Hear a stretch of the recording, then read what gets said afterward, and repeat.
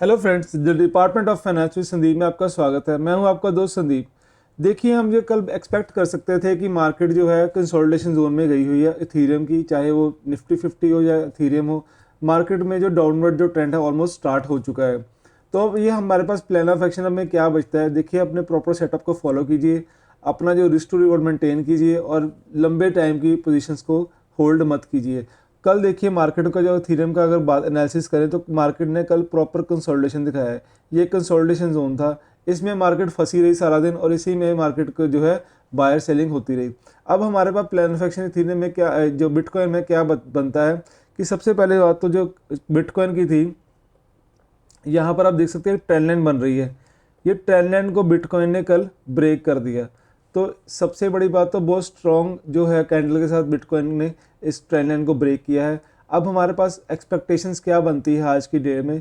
First of all तो हमारे पास ये है कि ये जो हमारा जोन निकल गया है ये कंसोलिडेशन जोन है, इसमें हमारी कोई भी एंट्री नहीं बनती है। अब हमारे पास प्लान ऑफ एक्शन क्या बनता है, या तो बिटकॉइन जो है इसको तोड़ दे, जो स्ट्रॉन्गेस्ट सपोर्ट इसकी है 10 लाख 1,10,500 की। अगर इसको ब्रेक करता है तो हम मूव एक्सपेक्ट कर सकते हैं 1,08,500 तक का।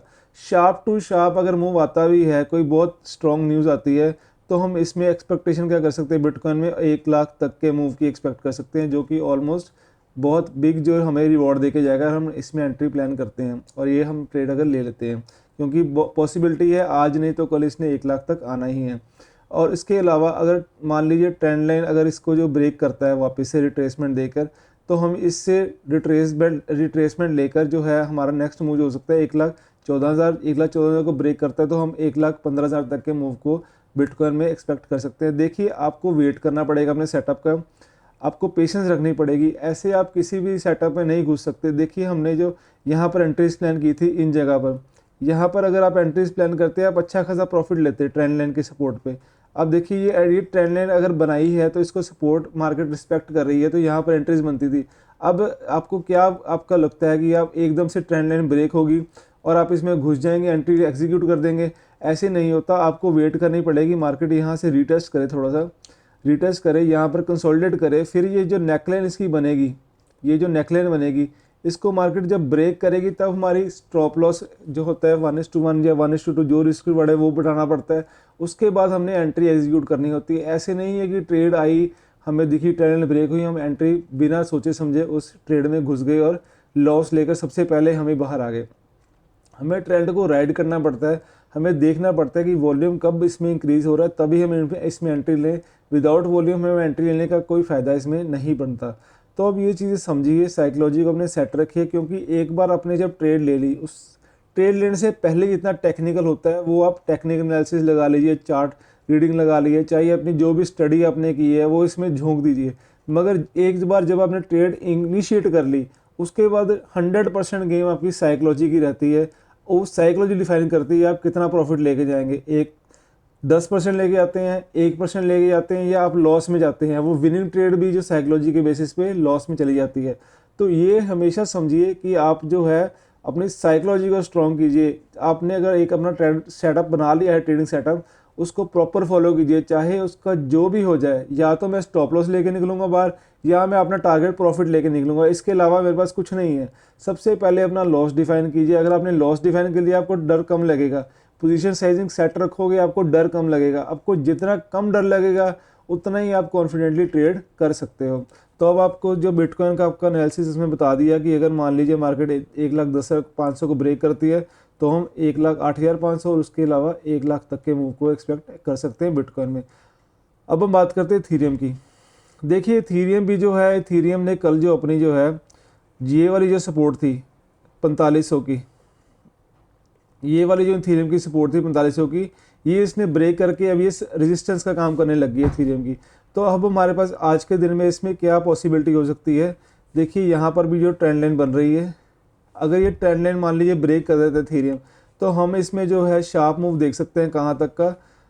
4300 का अगर 4300 ब्रेक करता है तो 4200 तक का मूव, 4200 ब्रेक करता है तो 4100 का मूव, और जो स्ट्रॉन्गेस्ट सपोर्ट निकल के आई है वो 4000 की थीरम की निकल के आई है। तो देखिए, पेशेंस रखिए, वेट कीजिए। हो सकता है मार्केट जो है आज के डे में यहीं पर कंसोलिडेट हो जाए, तो हमारा यहाँ पर कोई भी प्लान ऑफ एक्शन वर्क नहीं करेगा। हमने कंसोलिडेशन जोन में कोई भी ट्रेड नहीं लेनी है। हमने वेट करना है ट्रेंड लाइन ब्रेक का, कोई प्राइस एक्शन होने का, कोई कैंडलस्टिक फॉर्म होने का। जब तक ये चीज़ें फॉर्म नहीं होती हमने अंधाधुंध ट्रेड नहीं लेनी है।